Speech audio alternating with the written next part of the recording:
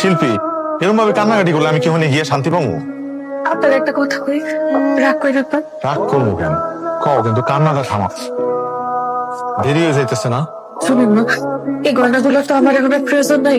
এগুলো বেশ আপনি কমপক্ষে 3-4 লাখ টাকা পাইবেন। এগুলো বিক্রি করে আপনি এখানে কিছু একটা করে আরো যদি লাগে আমি আপনার সাথে আমার কথা দিয়ে আরো কিছু টাকা ম্যানেজ করবো। তাও আপনি আমার কাছে এটা শুনুন। জানি হায়াত মত নসিব সব আল্লাহ আল্লাহ লিখা রাখছে, কিন্তু আল্লাহ আল্লাহ কইছে যে তোমার করে আমি বিবেক দিতেছি, যে বিবেককে কাজে লাগাইয়া তোর জীবন উন্নতি করো। আচ্ছা আমরা এই গয়না বিক্রি কইরা ধরো আমরা কোনো ব্যবসা দিলাম, ব্যবসা করে যদি লস খাই, অন্য কোনো বিপদ আপদ হোক, তারপরে কি করবো আমরা? এটাই তো আমাকে শেষ সম্বল, এটা ছাড়া তো আমাকে আর কিছু নাই। আচ্ছা আমি জানি আমার ছাড়া থাকতে তোমার কষ্ট হইব, আমারও তো হইব, সেটাই আমাদের কথা চিন্তা করলে হইব।